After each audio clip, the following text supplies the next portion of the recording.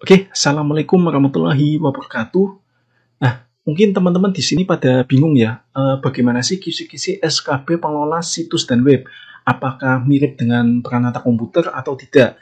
Nah, pada kesempatan kali ini saya akan memberikan gambaran yang lebih luas lagi bagaimana sih kisi-kisi SKB pengelola situs dan web, bagaimana tugas sehari-harinya seperti apa, tanggung jawabnya seperti apa. Nah, untuk lebih lengkapnya saya akan bahas di video berikut.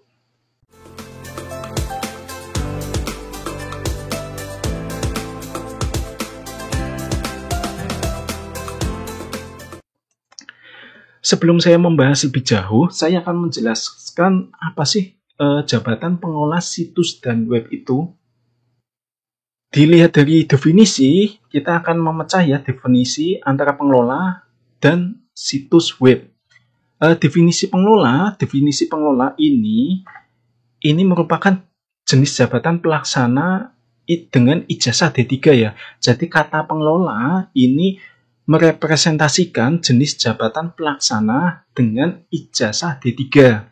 Kemudian kata pengelola ini juga merujuk pada orang yang mengelola sesuatu. Jadi ini ada dua definisi yang berbeda ya. Definisi yang pertama, kata pengelola ini merujuk pada jenis jabatan pelaksana dengan tingkat pendidikan ijazah D3. Kemudian kata pengelola juga merepresentasikan orang yang mengelola sesuatu. Kemudian definisi berikutnya yaitu situs dan web. Situs dan web atau kita gabung aja ya, situs web ini adalah sekumpulan halaman web yang saling berhubungan yang umumnya berisi kumpulan informasi yang disediakan oleh pribadi, organisasi, ataupun oleh suatu instansi. Nah, jadi jabatan pengelola situs dan web adalah orang yang mengelola situs dan web suatu instansi ya. Kata mengelola ini bisa berhubungan dengan desain web, maintenance, update konten, mengelola traffic, SEO, keamanan, dan lain sebagainya. Kemudian situs dan web yang dikelola instansi ini biasanya website, PPID, maupun akun sosmed. Nah, ini adalah tampilan website seperti ini. Jadi bagi teman-teman yang jabatan nanti pengelola situs dan web, nanti mengelola website seperti ini. Kemudian selain website juga mengelola web PPID ya. PPID ini kepanjangan pejabat pengelola informasi dan dokumentasi. Nah, ini nanti teman-teman juga mengelola website PPID seperti ini. Kemudian bagaimana sih SKB-nya? Nah, sebelum saya membahas lebih jauh, ini SKB ini perlu teman-teman ketahui ya, SKB merupakan tes pengetahuan dasar atau pengetahuan minimum yang harus dimiliki seseorang untuk menduduki suatu jabatan. Seperti itu. Nah, ilustrasinya seperti ini ya. Ilustrasinya misalkan teman-teman ini sebagai bos ingin membuka cabang baru berupa gerobak nasi goreng. Nah, teman-teman membutuhkan koki atau chef ya. Nah, ketika teman-teman akan merekrut sebuah koki atau chef, ini tentunya teman-teman memilih orang yang bisa memasak ya, orang yang bisa memasak nasi goreng dengan enak. Namun kendalanya untuk memilih koki tersebut, teman-teman harus melalui aplikasi CAT. Nah, dalam aplikasi CAT tersebut tentunya teman-teman apa yang harus koki tersebut harus miliki. Misal kemampuan tentang proses memasak ya, bagaimana sih cara yang memasak nasi goreng yang enak.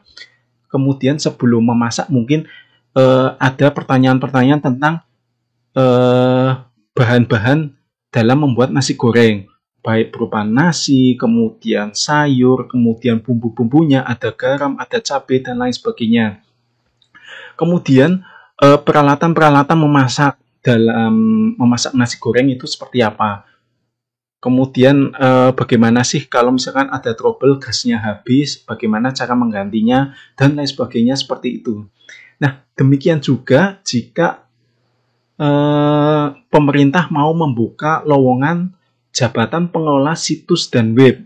Tentunya spesifikasi skill yang dibutuhkan yaitu misalkan bisa mengoperasikan komputer dan internet, kemudian bisa membuat desain web, kemudian bisa membuat dan update konten web, kemudian bisa mengelola traffic, bisa mengelola SEO, bandwidth, dan keamanan situs web.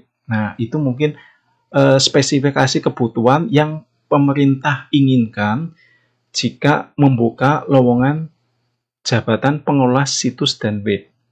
Nah, kita akan membedah satu persatu ya tentang skill yang dibutuhkan pengelola situs dan web. Skill yang pertama ini bisa mengoperasikan komputer dan internet. Nah, kata bisa mengoperasikan komputer dan internet tentunya teman-teman perlu mempelajari materi dasar komputer ya, meliputi hardware, software, operating system, dan lain sebagainya. Misalkan troubleshootingnya seperti apa, kan tidak lucu kan, misalkan komputernya tidak nyala, ternyata RAM-nya cukup hanya kendor aja. Tentunya teman-teman harus bisa memperbaikinya ya. Kemudian dasar jaringan ini juga perlu, masalah IP address, topologi, dan lain sebagainya. Troubleshootingnya seperti apa. Kemudian dasar internet, ini meliputi hosting, domain, URL, browser, email, bandwidth, upload, download, dan istilah-istilah di bidang internet itu teman-teman juga harus pelajari. Kemudian bisa desain web. Nah, bisa desain web ini tentunya materi yang perlu teman-teman pelajari ini meliputi desain grafis, template web, bahasa HTML, bahasa PHP juga perlu dipelajari ya. Karena kan desain web biasanya ini memakai aplikasi WordPress ya. Aplikasi WordPress kalau di instansi pemerintah. Jadi teman-teman setidaknya itu bisa membuat banner dengan aplikasi desain grafis, kemudian mengaplikasikan bagaimana cara mengganti template, kemudian bahasa HTML dan PHP ya. Kemudian skill berikutnya yang dibutuhkan oleh pejabat pengelola situs dan web yaitu membuat dan mengupdate konten web. Nah, untuk membuat sebuah konten ya, teman-teman tentunya bisa menggunakan aplikasi Office, baik berupa Word maupun Excel. Nah, dalam aplikasi Office tersebut, misalkan di Excel, ini biasanya ada pengolahan data di situ. Nah, teman-teman juga bisa belajar masalah pengolahan data di Excel. Misalkan pengolahan data suatu tabel ya, ini nilai max-nya berapa, min-nya apa, kemudian yang mediannya apa, modusnya apa, teman-teman juga bisa melakukan pengolahan data tersebut. Kemudian if then ini juga perlu. Kemudian setelah dari tabel ini teman-teman harus bisa memvisualisasikan data tersebut dalam bentuk grafik. Nah, teman-teman perlu mempelajari visualisasi data. Bagaimana cara membuat grafik yang sesuai untuk memvisualisasikan data tersebut seperti apa. Misal untuk membuat grafik kinerja pegawai, tentunya lebih cocok untuk membuat grafik berupa radar atau berupa diagram garis. Itu juga cocok untuk merepresentasikan kinerja pegawai. Kemudian taksonomi data ini juga perlu. Jadi dalam pengolahan data ini ada istilah yang namanya taksonomi data. Kalau teman-teman nanti ditempatkan di PPID ya, nanti ada beberapa banyak sekali data, baik data yang dipublikasikan atau data yang dikecualikan. Di situ nanti ada berupa tabel-label itu banyak ya. Nah, nanti dari situ teman-teman perlu mempelajari taksonomi data seperti apa.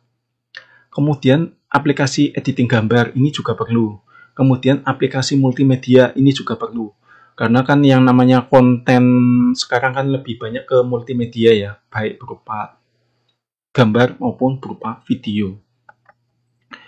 Kemudian untuk pengelola situs dan web juga harus bisa mengelola traffic SEO, bandwidth, dan keamanan situs web ya. Jangan sampai situs webnya kan dihack.